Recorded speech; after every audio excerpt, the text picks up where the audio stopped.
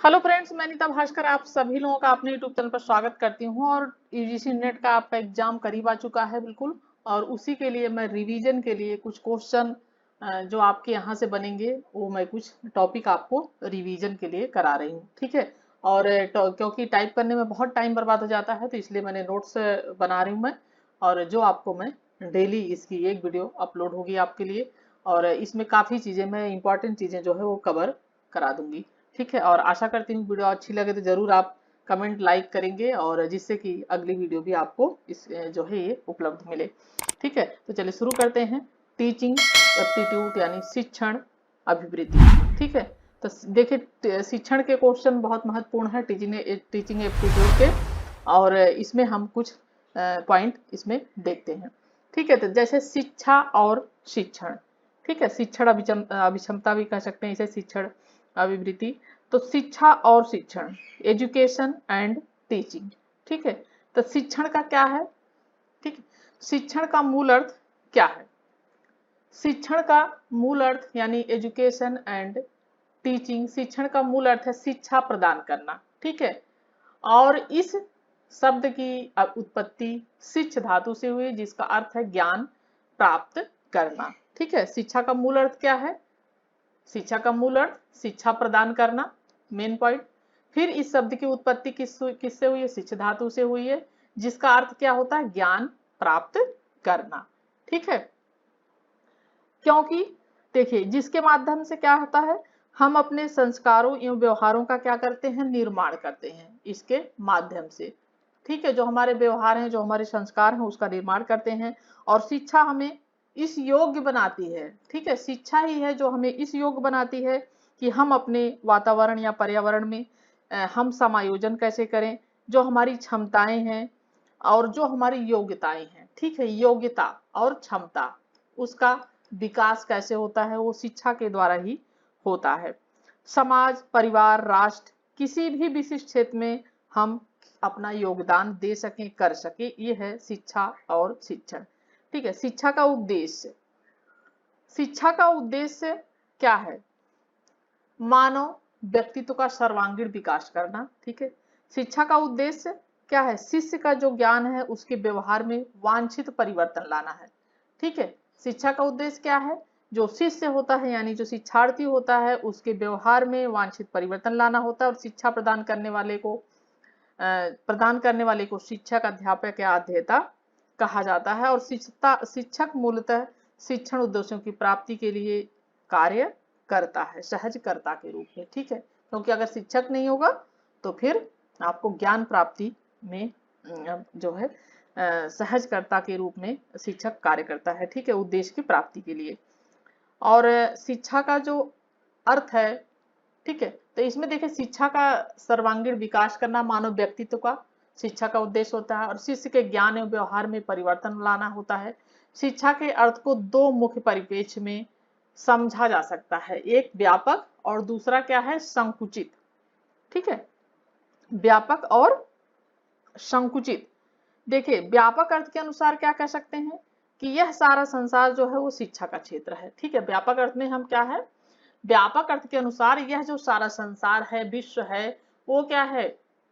हमारा वो शिक्षा का क्षेत्र है, ठीक है। और संकुचित अर्थ में शिक्षा केवल शिक्षण संस्थानों में दी जाती है, यानी जो स्कूलों में, कॉलेजों में शिक्षा मिलती है, ठीक है, वो क्या है? वो संकुचित शिक्षा है, ठीक है। वो संकुचित शिक्षा कह सकते हैं।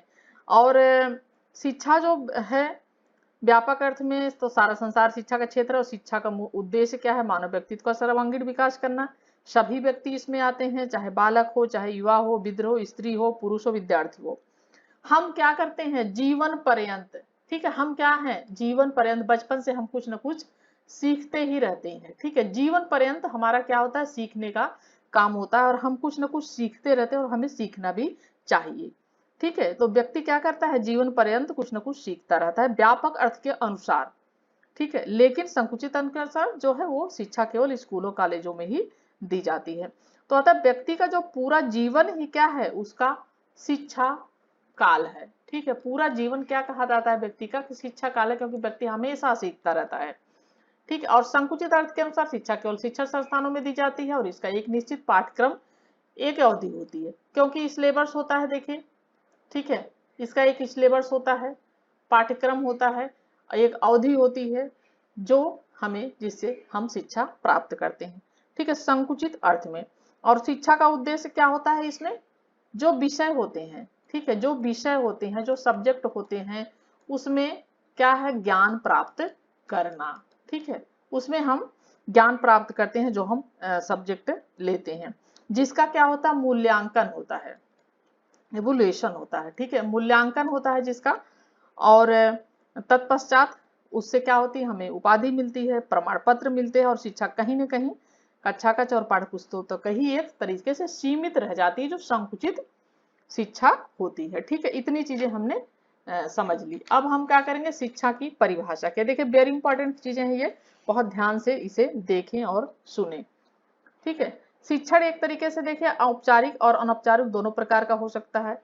अनौपचारिक शिक्षण में मुख्यतः क्या आता है, एक तरीके से परिवार, ठीक है, परिवार, प्रथम पाठशाला किसे कहते हैं, परिवार को कहते हैं, ठीक है। बालक जो सीखता है उसकी प्रथम पाठशाला क्या होती है, विद्यालय दूसरे नंबर पे आता है, पहले नंबर पे आ जाता है परिवार। तो व्यक्ति परिवार से जो सीखता है, परिवार किस में आ जाता है, अनौपचारिक तरीके से, ठीक है, अनौपचारिक तरीके से व्यक्ति इसमें सीखता है, ठीक है।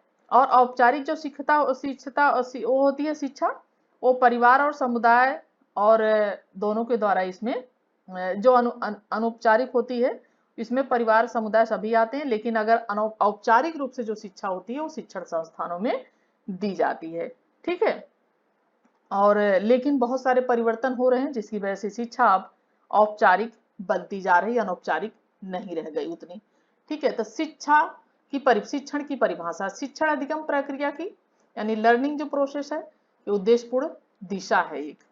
दूसरा पॉइंट है शिक्षण ज्ञान, अनुभव और वैज्ञानिक सिद्धांतों का दक्षता से समाज में लाया जाना है, ठीक है। तीसरा पॉइंट है शिक्षण एक योजनाबद्ध गतिविधि है, शिक्षण पूर्व निर्धारित उद्देश्यों को प्राप्त करने, शिक्षक और अन्य चरों जो वेरिएबल्स होते हैं, ठीक है, उनको प्राप्त सुव्यवस्थित तरीके से संगठित करने की प्रक्रिया है। देखिए जो लोग एजुकेशन के छात्र हैं उनके लिए भी ये वीडियो बहुत महत्वपूर्ण होगी, क्योंकि एजुकेशन में भी इस तरीके के जो है यहाँ से पूछे जाएंगे क्वेश्चन। तो सुव्यवस्थित तरीके से समाज के लिए संगठित करने की क्या है, ये एक प्रक्रिया है, यह शिक्षण की परिभाषा, डेफिनेशन ऑफ टीचिंग, ठीक है। शिक्षण से संबंधित कुछ अवधारणाएं हैं, ठीक है, शिक्षण से संबंधित कुछ अवधारणाएं हैं, ठीक है। और जैसे कि ये है कॉन्सेप्ट रिलेटेड टू टीचिंग, तो शिक्षण के 3 आधार हैं, ठीक है, शिक्षण के कितने आधार हैं, 3 आधार हैं। क्यों, पहला, कैसे और क्या, ठीक है, क्यों, कैसे और क्या, ये 3 आधार है शिक्षण के।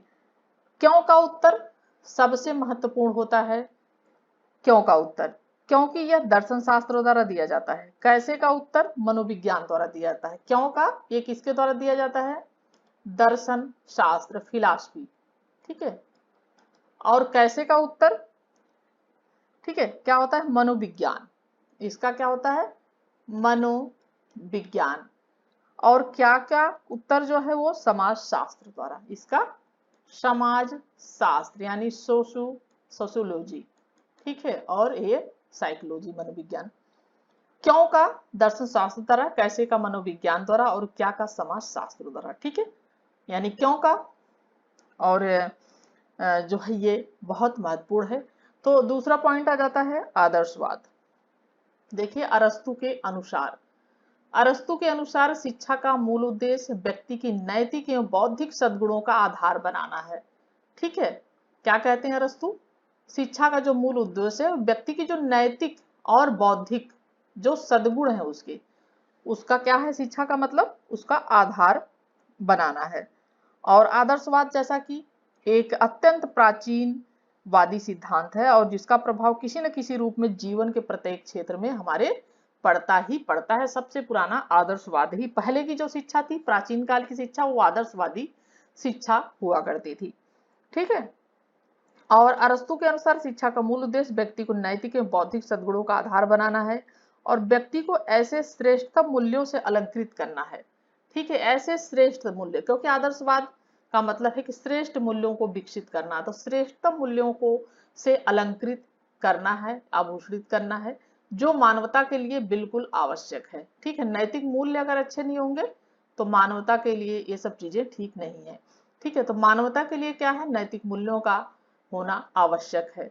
ठीक है, मानवता के लिए ये आवश्यक है। आदर्शवाद नैतिक मूल्यों को, आध्यात्मिकता को, आत्म अनुभूति को और आत्म अनुशासन, स्वयं पे अनुशासन पर, इन सब में क्या करता है, ये बल देता है।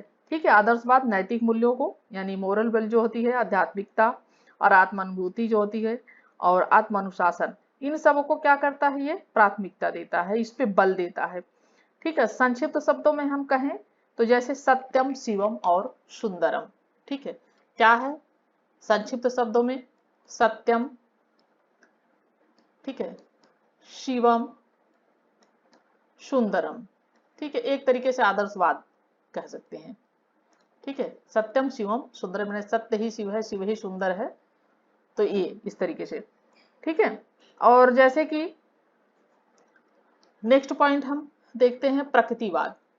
इसमें प्रकृति को शिक्षक माना गया है। ठीक है, प्रकृतिवाद में इसमें क्या है, प्रकृति को शिक्षक माना गया है और जो पुस्तकीय ज्ञान है यानी जो किताबी ज्ञान है, ठीक है, किताबी ज्ञान को इसमें उस पे कम बल दिया गया है। जैसे कि रूसो के हम बात करेंगे तो रूसो क्या थे, वो प्रकृतिवादी जो है थे। ठीक है, वो प्रकृतिवाद को महत्व देते थे। ठीक है, और इसी तरीके से गांधी जी भी प्रकृतिवादी थे, लेकिन गांधी जी आदर्शवादी जो भी थे। ठीक है, आदर्शवाद पे भी वो बल देते थे और प्रकृतिवाद पर भी बल देते थे। जैसे रविन्द्रनाथ टैगोर जी थे, वो जो है प्रकृतिवादी शिक्षा पर वो बल देते थे। ठीक है, तो देखिए इसमें क्या है कि इसमें शिक्षक माना गया है, प्रकृति को ही शिक्षक इसमें माना गया। नहीं, इसका मतलब है कि बच्चा जब बच्चे को बिल्कुल छोड़ दो, उससे ज्यादा उसको कुछ कहो मत, उसे अपने हिसाब से काम करने दो, उन्हें प्रकृति के आधार पे छोड़ दो, प्रकृति के नियमों के हिसाब से वो अपने आप बच्चा स्वयं सीख जाता है, प्रकृतिवादी यह कहते हैं। ठीक है, इस पर पुस्तकीय ज्ञान पर कम बल दिया जाता है और इस पर यह कहता है कि जैसे मान लीजिए कि बच्चा अगर किसी पेड़ पर चढ़ता है तो उसे रोके नहीं, उसे ऐसा करने दें। ठीक है, और उसे गिरने दें, क्योंकि अगर पहली बार बच्चा चढ़ेगा तो जरूर गिर भी सकता है, तो उसे गिरने भी दें, उसे अपनी भूल का, अगर उसे ठोकर लगेगी, गिरेगा, उसे चोट लगेगी तो वो सीख जाएगा। ठीक है, उसके बाद वो दोबारा उस पर पेड़ पर चढ़ने से बचेगा। ठीक है, जैसे दीपक की लौ है, कई बार बच्चे क्या करते हैं, छोटे होते हैं, दीपक की लौ को पकड़ने की कोशिश करते हैं। ठीक है, दीपक जलता है तो दीपक की लौ को पकड़ने की कोशिश करते हैं और उनका हाथ कभी कभी इससे जल जाता है। जब वो जल जाता है तो हाथ पीछे कर लेते हैं तुरंत और वो रोते हैं और उसके बाद उन्हें ये महसूस होने लगता है कि शायद मतलब अगर हम इसे दोबारा छुएंगे तो हमें पीड़ा होगी, कष्ट होगा। तो प्रकृतिवादी शिक्षा का मतलब यह है कि प्रकृति, नेचर जो है वह बच्चे को स्वयं सिखा देगी, हमें उसमें ज्यादा उनके मामले में दखल देने की जरूरत नहीं है। ठीक है, तो वो कहते हैं कि ऐसा उन्हें करने दे, गिरने दे, अपनी भूल का उन्हें एहसास होगा और एक प्रकार से शिक्षार्थी केंद्रित शिक्षण है। और शिक्षक का कार्य छात्रों के विकास के लिए वातावरण तैयार करना, यानी हमें उन्हें उनको माहौल देना चाहिए, वातावरण तैयार करना चाहिए और वो अपने आप चीजें सीख जाएंगे। ठीक है, इंद्रियों द्वारा शिक्षण एक तरीके से, निरीक्षण, क्रीड़ा यानी खेलकूद, ह्यूरिस्टिक, डाल्टन द्वारा प्रस्तावित शिक्षण विधियां मुख्य रूप से प्रकृतिवाद के अंतर्गत आती हैं। ठीक है, इंद्रियों द्वारा शिक्षण, निरीक्षण करना, क्रीड़ा, ह्यूरिस्टिक, डाल्टन द्वारा जो प्रस्तावित शिक्षण विधियां हैं वो मुख्य रूप से किसके अंतर्गत आती हैं, वो इनके अंतर्गत आती हैं, प्रकृतिवाद के अंतर्गत आती हैं। चौथा पॉइंट क्या है, प्रयोजनवाद। जॉन डीवी के प्रयोजनवाद का जनक या मुख्य प्रतिपादक जॉन डीवी को माना गया है। ठीक है, इसके अंतर्गत क्रियाशीलता तथा व्यवहारिकता को महत्वपूर्ण स्थान दिया गया है, माना जाता है। ठीक है, और इसको प्रयोगवाद, ठीक है, भी कहा गया है। इसको क्या कहा गया है, प्रयोजनवाद को प्रयोगवाद भी इसको कहा गया है। ठीक है। और देखिए जैसे प्रयोजनवाद किसकी देन माना गया है, अमेरिका की देन माना गया है, ये भी इंपॉर्टेंट चीज है। प्रयोजनवाद अमेरिका की देन माना गया है, ठीक है। और इसमें पूर्व निश्चित जो आदर्श हैं, सत्य हैं, उसमें इनका कोई स्थान नहीं है। और अनुभव ही सब मूल्यों की कसौटी है, ठीक है। क्या है, यानी लर्निंग बाय एक्सपीरियंस, यानी ये जो एक्सपीरियंस है उसी को अनुभव के आधार पर उसकी कसौटी है, ठीक है, यानी लर्निंग बाय एक्सपीरियंस। इसे ही ज्ञान का आधार माना जाता है और इसी प्रयोजनवाद के आधार पर क्रियात्मक विद्यालय प्रणाली एक्टिविटी जो स्कूल सिस्टम का आरंभ हुआ, ठीक है। जॉन डीवी महान विचारक माने जाते हैं ये, और वेस्टर्न विचारक हैं ये जॉन डीवी। और एक्टिविटी स्कूल जो सिस्टम है जिसपे स्कूलों में एक्टिविटी ज्यादा कराई जाती हैं, पढ़ाई कम कराई जाती है, तो इसी विचारधारा की ये देन है प्रयोजनवाद, ठीक है। नेक्स्ट है पॉइंट अस्तित्ववाद। मुख्य प्रतिपादक कीर्कगाड, ठीक है। मुख्य प्रतिपादक है कौन है ये, कीर्कगाड, ठीक है। और जिनका यह कहना है कि मेरा अस्तित्व है क्योंकि मैं ऐसा सोचता हूं इसलिए मैं सोचता हूं कि मेरा अस्तित्व है। इनका ये कहना है कि मेरा अस्तित्व है क्योंकि मैं ऐसा सोचता हूं इसलिए सोचता हूं कि मेरा अस्तित्व है, ठीक है। इसमें व्यक्तिवाद पर अधिक बल दिया गया है। किस पे व्यक्तिवाद पे बल दिया गया है, अस्तित्ववाद में, ठीक है। व्यक्तिवाद पे इस पे अधिक बल दिया गया है, ठीक है। यानी अस्तित्व को बनाए रखने के लिए, ठीक है, हम अपने अस्तित्व को बनाए रखने के लिए, लक्ष्य को प्राप्त करने के लिए, ठीक है, लक्ष्य को प्राप्त करने के लिए, अस्तित्व को बनाए रखने के लिए एक क्या है, ये अस्तित्ववाद का मूल मंत्र है कि अपने आप को जानो, ठीक है। किसको जानो, अपने आप को जानो, खुद को पहचानो, अपने आप को जानो, अपना मूल्यांकन करो, ठीक है। अपने आप को जानो इसका मूल मंत्र है, ठीक है।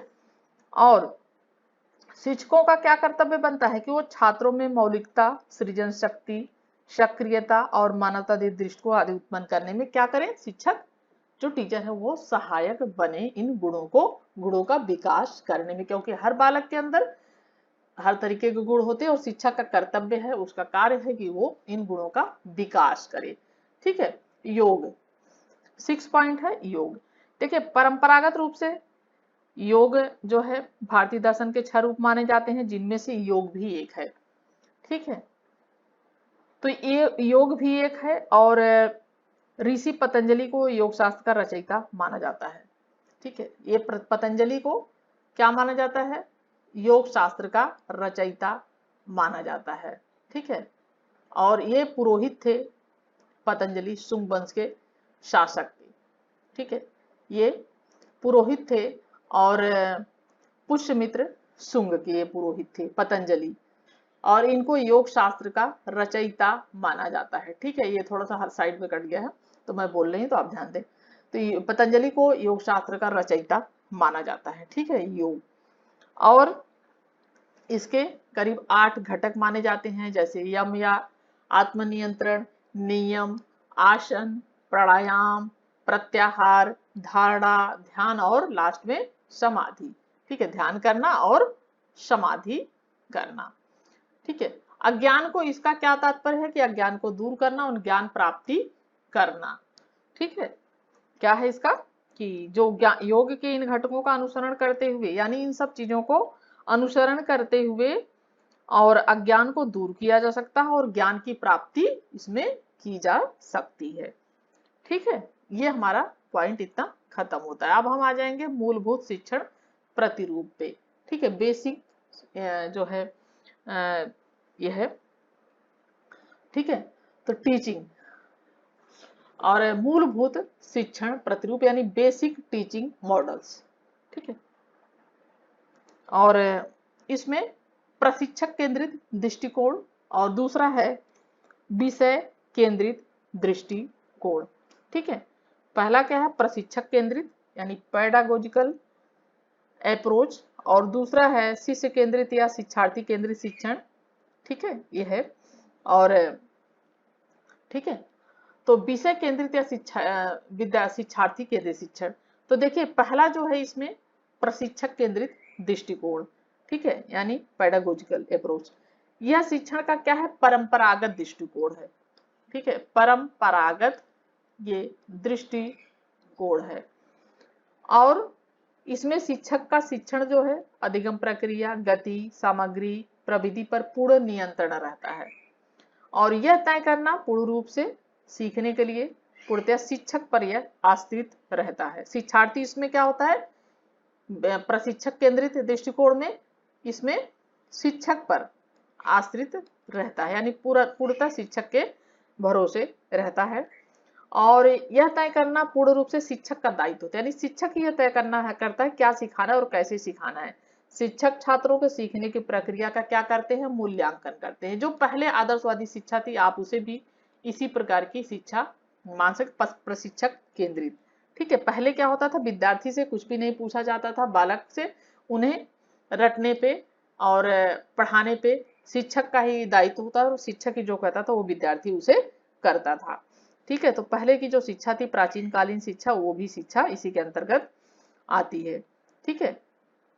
और इस जो आंग्ल भाषा में पेडागोजी यानी कहा जाता है इस दृष्टिकोण को, जिसका अर्थ होता है शिक्षण का विज्ञान, ठीक है। क्या अर्थ होता है, शिक्षण का विज्ञान, विषय केंद्रित या शिक्षार्थी केंद्रित जो शिक्षण है, ठीक है।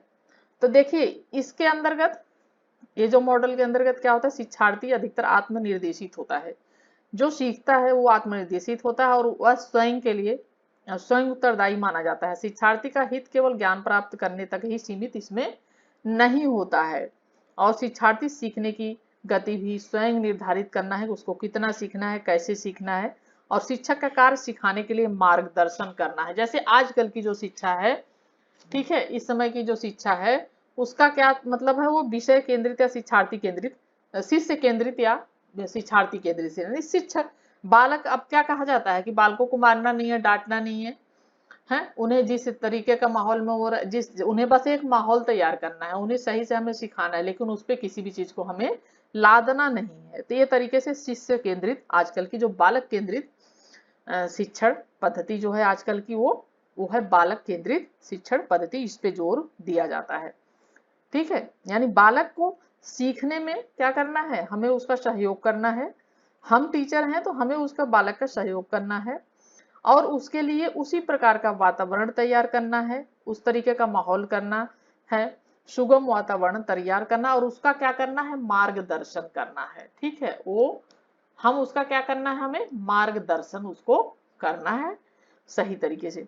और स्वमूल्यांकन भी इस दृष्टिकोण की एक विशेषता मानी जाती है, ठीक है। तो ये हो गए जो है इसके मॉडल शिक्षण के। अब हम देखेंगे शिक्षण के स्तर कौन कौन से हैं। शिक्षण के विभिन्न स्तर, डिफरेंट लेवल्स ऑफ टीचिंग, ठीक है। तो इसके स्तर देखेंगे। शिक्षण के मूलतः 3 स्तर होते हैं।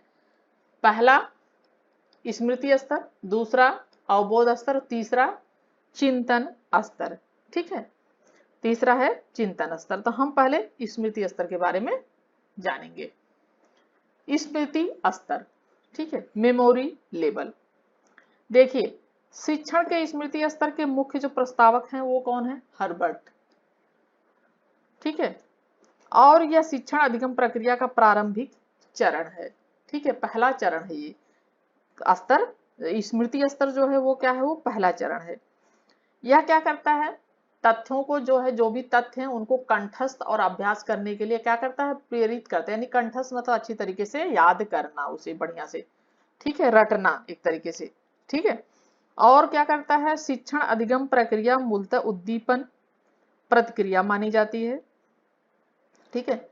और सीखने की तीव्रता इसमें, यानी जो तथ्य हैं उनको क्या करना है, लाना, और उसको उच्च स्मृति के इसमें मुख्य लक्षण होते हैं, ठीक है। और इस स्तर पर मूल्यांकन प्रणाली मुख्य रूप से मौखिक और लिखित निबंध प्रश्नों की परीक्षा को सम्मिलित किया जाता है। क्या किया जाता है, मूल्यांकन प्रणाली मूल रूप से मौखिक प्रश्न जो होते हैं, ठीक है, लिखित और निबंध प्रश्न जो होते हैं उनको इसमें परीक्षा में इसमें सम्मिलित किया जाता है स्मृति स्तर में, ठीक है। दूसरा हम देखेंगे अवबोध या ग्रहण शक्ति इसको स्तर कहते हैं। ठीक है, यानी अंडरस्टैंडिंग लेवल यानी समझना एक तरीके से। ठीक है, तो मोरिसन इसके प्रस्तावक हैं। ठीक है, पहले जो हमने स्मृति स्तर देखा उसके प्रस्तावक थे हर्बर्ट, और इसके प्रस्तावक कौन है? मोरिसन। ठीक है, तथ्यों को याद रखने के साथ साथ क्या करना है? समझना भी। स्मृति स्तर में क्या था कि तथ्यों को समझना नहीं है, उसे रटना है, याद करना है। ठीक है, लेकिन इसमें क्या करना है? तथ्यों को याद भी करना है, लेकिन हमें क्या करना है? याद करके समझना भी, क्योंकि हम अगर समझते हैं तो हमें जो है जो भी चीजें हम पढ़ते हैं तो वो हमें अस्थायी रूप से याद हो जाती है, ये चीज ध्यान रखें।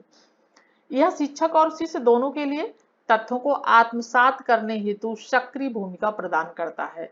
ठीक है, यह क्या करता है? शिक्षक और शिष्य दोनों के लिए तथ्यों को आत्मसात करने की सक्रिय भूमिका का क्या करता है? ये भूमिका प्रदान करता है।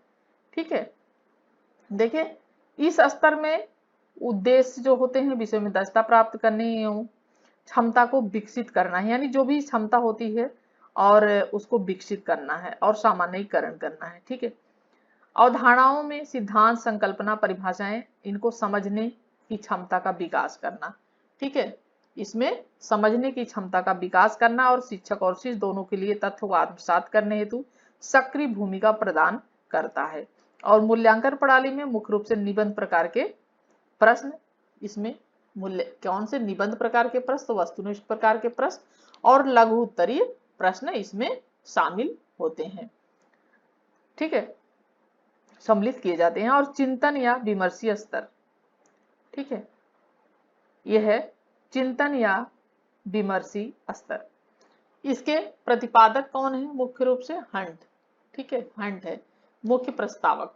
यह शिक्षण का उच्चतम स्तर माना जाता है। जो चिंतन या विमर्शी स्तर है ये शिक्षण का उच्चतम स्तर माना जाता है, और यह शिक्षण का यह समस्या केंद्रित दृष्टिकोण है। ठीक है, यानी प्रॉब्लम। ठीक है, तो समस्या केंद्रित दृष्टिकोण है। और कक्षा का वातावरण मुक्त और स्वतंत्र होना चाहिए। इसमें कक्षा का जो वातावरण होता है वो क्या होता है? मुक्त होता है और स्वतंत्र होता है। ठीक है, और यह स्तर विचारशील यानी ओपन एंड इंडिपेंडेंट होता है। यह स्तर विचारशील स्तर की शक्ति को विकसित करता है ताकि शिक्षार्थी तर्क और कल्पना के द्वारा सफल एवं सुखी जीवन की समस्याओं का समाधान कर सके। ठीक है, तो इसमें क्या है कि उच्चतम स्तर होता है, पहली बात स्मृति स्तर और ग्रहण शक्ति स्तर दोनों इसका आधार होते हैं। और यह शिक्षण का समस्या केंद्रित दृष्टिकोण है। कक्षा का वातावरण मुक्त और स्वतंत्र यानी ओपन एंड इंडिपेंडेंट होता है। यह स्तर विचारशील स्तर की शक्ति को क्या करता है? विकसित करता है ताकि जो शिक्षार्थी होता है वह तर्क करे। ठीक है, तर्क करे और कल्पना करे। ठीक है, और तर्क और कल्पना, ठीक है, कल्पना करके सफल और सुखी जीवन जो होता है उसकी समस्याओं का अपने समाधान करे। क्योंकि तर्क करेंगे, कल्पना करेंगे, सोचेंगे, विचारेंगे, तभी जो है जीवन की समस्याओं का सुलझाया जा सकता है।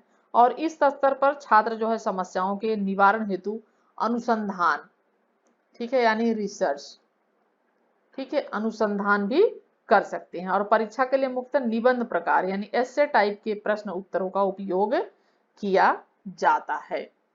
ठीक है, इतने पॉइंट। और निबंध परीक्षा के साथ मनोवृत्ति, एटीट्यूड, विचार, ठीक है, और भागीदारी भी मूल्यांकन के लिए प्रयोग किया जाता है। ठीक है, और शिक्षण पाठ्यचर्या पाठ्यक्रम के अनुसार होता है। शिक्षण जो होता है वो पाठ्यचर्या और जो पाठ्यक्रम होता है उसके अनुसार होता है। औपचारिक शिक्षा में, ठीक है, और औपचारिक शिक्षा में पाठ्यचर्या जो है वो बहुत ही महत्वपूर्ण होती है। ठीक है, औपचारिक शिक्षा में। और इसमें क्या है, पाठ्यचर्या को व्यापक तौर पे शैक्षिक प्रक्रिया के दौरान जो होता है वांछित छात्र उसे अनुभव प्रदान करने के रूप में उसको परिभाषित किया जाता है। और औपचारिक शिक्षा में पाठ्यचर्या का बहुत महत्वपूर्ण स्थान होता है, और यह शिक्षण का व्यवस्था का क्या है? एक आधार है। ठीक है, और यह शिक्षण व्यवस्था का क्या है? आधार है ये। ठीक है, और पाठ्यक्रम एवं पाठ्य पाठचर्या यानी सिलेबस जो होता है वो और करिकुलम। ठीक है, तो देखिए पाठचर्या के अंतर्गत शिक्षार्थियों शिक्षण सामग्री के मध्य नियोजित परस्पर क्रिया संसाधन जैसे कि पुस्तकें हो गई, मल्टीमीडिया और मूल्यांकन प्रक्रिया आते हैं और इसको अध्ययन को परिभाषित और निर्धारित रूपरेखा मान सकते हैं ताकि शिक्षा के बेहतर उद्देश्यों को प्राप्त किया जा सके। ठीक है, और इससे क्या होता है कि जो अध्येता होता है स्पष्टता उत्पन्न होती है और जिसको अपने शिक्षार्थियों को क्या पढ़ाना है इससे शिक्षण के मानक स्थापित होते हैं। ठीक है, यानी शिक्षक ने क्या पढ़ाना है या पाठचर्या पाठ्यक्रम निर्धारित करती है। शिक्षक को क्या पढ़ाना है, एक सिलेबस होता है जिसे हमें तो पढ़ाना होता है। ठीक है, और पाठ्यक्रम निर्धारित करती है, लेकिन कैसे पढ़ाना है उसके लिए क्या अनुदेश होते हैं, शिक्षक के मन में योजना होनी चाहिए इसके लिए। ठीक है, हमें पाठ्यक्रम में हमें सिलेबस मिल गया। ठीक है, और पाठचर्या पाठ्यक्रम निर्धारित करती है जो शिक्षक क्या पढ़ाना है, लेकिन हमें कैसे पढ़ाना है इसके लिए शिक्षक के मन में क्या होना चाहिए, योजना इसके लिए होनी चाहिए। शिक्षार्थी का शिक्षण या कक्षा अनुदेशन के साथ कैसा अनुभव रहता है, यानी जो शिक्षार्थी होता है, विद्यार्थी होता है, सीखने वाला होता है, उसका कक्षा अनुदेशन के साथ कैसा उसका अनुभव रहता है। समाज में होने वाले परिवर्तनों के कारण पाठ्यक्रम का विकास भी एक गतिशील प्रक्रिया बन गया है। पाठ्यक्रम का विकास भी क्या बन गया है, एक गतिशील प्रक्रिया बन गया है। ठीक है, ये सब चीजें बहुत इंपॉर्टेंट है। क्रियात्मक पाठ्यक्रम के अंतर्गत विद्यार्थी जीवन कौशल सीखता है जो उसको स्वतंत्र रहना सिखाते हैं। ठीक है, क्रियात्मक पाठचर्या जो होती है और उसके अंतर्गत क्या होता है, विद्यार्थी जो होते हैं वो जीवन कौशल सीखता है और स्किल यानी डेवलपमेंट इसकी स्किल जो है वो होती है, वो उसकी डेवलप होती है और वो उसको स्वतंत्र रहना सिखाते हैं, जैसा कि संवाद व संचार कौशल यानी कम्युनिकेशन स्किल। ठीक है, यानी क्या है, कम्युनिकेशन। ठीक है, स्किल, कम्युनिकेशन स्किल। ठीक है, तो रोजगार कौशल, वोकेशनल स्किल। ठीक है, ठीक है, जैसे कि कम्युनिकेशन स्किल और रोजगार कौशल यानी वोकेशनल स्किल या विशेष परिस्थिति के कुछ विशिष्ट कौशल सीखता है। ठीक है, यानी कौशल। तो ये सारी चीजें हैं और अब हम यह जान लें कि पाठ्यक्रम क्या है। और पाठ्यक्रम एक दस्तावेज है जिसको अध्ययन या कक्षा अध्ययन को परिभाषित और निर्धारित रूपरेखा माना जा सकता है। और अगर हम पाठ्यक्रम और पाठचर्या की तुलना करते हैं, ठीक है, पाठ्यक्रम और पाठचर्या, तो पाठ्यक्रम क्या होता है, एक तरीके से वर्णनात्मक होता है और किसके लिए होता है, विषय के लिए होता है। प्रवृत्ति क्या होती है, नेचर क्या होता है पाठ्यक्रम का, वर्णनात्मक नेचर होता है, यानी सिलेबस जो होता है, पाठ्यक्रम सिलेबस है और पाठचर्या उसे करिकुलम कहते हैं। ठीक है, करिकुलम या पाठचर्या या पाठ्यक्रम या सिलेबस। ठीक है, तो प्रवृत्ति जो होती है पाठ्यक्रम की क्या होती है, वर्णनात्मक प्रवृत्ति होती है जो सिलेबस होता है। पाठचर्या की क्या होती है, करिकुलम की निर्देशात्मक होती है। ठीक है, और किसके लिए, पाठ्यक्रम किसके लिए होता है, विषय के लिए होता है और पाठचर्या क्या है, कोर्स के लिए होता है।